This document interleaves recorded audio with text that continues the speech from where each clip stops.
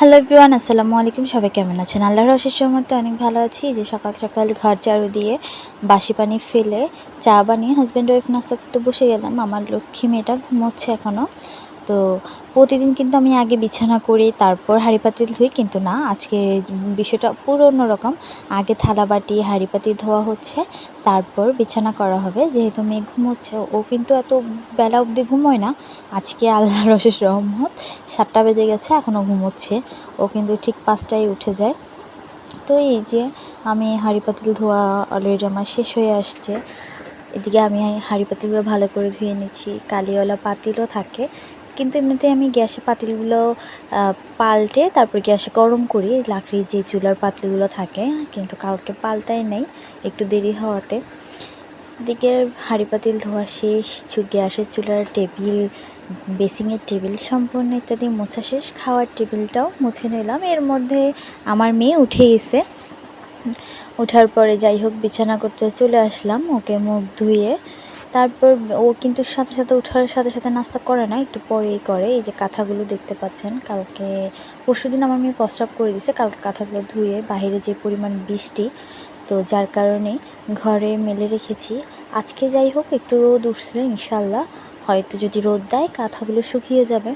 কিন্তু বাচ্চা যাদের আছে তারাই বোঝে বর্ষাকালে কী পরিমাণ কষ্ট। তো আমার মেয়ে কিন্তু বড় হয়ে গেছে, বিছানায় তো ওরকম প্রস্রাব করে না। আপনাদেরকে আমি আরেকটা ভিউ দেখাই।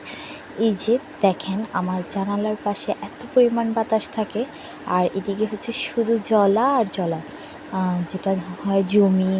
তারপর আসলে জলা বলে, আমি কিন্তু জানি না এদিকে কেন জলা বলে, কিন্তু আমি যত দূর যাই দেখি পানি বর্ষাকালে।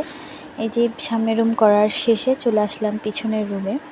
এদিকে ভিতরের রুমে তেমন কিছু করতে হয় না, হালকা পাতলা একটু ঝাড় দিয়ে দিলে হয়। এই যে এখানে তো আরও প্রচুর পরিমাণ বাতাস, আমি মোবাইল জুম করে আপনাদেরকে দেখাচ্ছি। এই যে দেখেন কি পরিমাণ বাতাস, মানে ফ্যান না ছাড়লেই চলে। আমরা কিন্তু এখন এই গরমকালেও আমাদের কম্বল প্রয়োজন হয় বাতাস ঠান্ডার কারণে।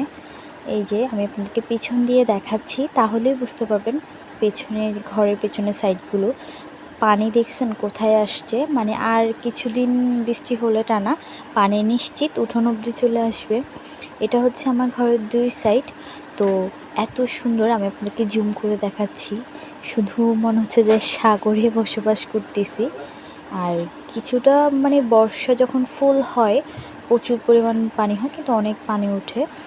তো ঘরে তেমন পানি উঠে নাই বন্যা ছাড়া, কিন্তু এমনিতে অলরেডি বর্ষার সময় চারদিক পানি থাকে। কী পরিমাণ বাতাস দেখতেছেন, জলার বাতাস বলে কথা। আসলে পানির বাতাসটা এমনিতেই ঠান্ডা হয়।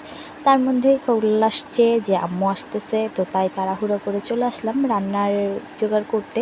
এদিকে একটু গরু মাংস নামাই নিলাম, চাউল ধুয়ে লাকড়ি চুলা বসিয়ে দিচ্ছি, আর চা বসাইছি যেহেতু আম্মু আসতেছে বলে কথা। এদিকে মাংসগুলো রেডি করে নিলাম, তারপর আম্মুকে নাস্তা কী দিব সেটাই ভাবতেছি। হঠাৎ মনে হলো যে খোলা ঝাই পিঠা বানাই। আমাদের গ্রামে এটাকে খোলা ঝাই বলে, কিংবা খোলা পিঠা বলে, আর অনেক জায়গায় এটাকে জালি পিঠা বলে। অবশ্যই এটা শুদ্ধ নাম হচ্ছে জালি পিঠাই, কিন্তু আমাদের এখানে খোলা পিঠাই বলা হয়। যাই হোক পিঠা বানালাম, পিঠা বানানোর পর আম্মুকে নাস্তা দিলাম। তারপর বিকালে আবার দুপুরে খাওয়ার পর বিকালে ছটকা পিঠা বানালাম, চা দিলাম। আজ এই পর্যন্ত। যদি ভালো লাগে অবশ্যই চ্যানেলটা সাবস্ক্রাইব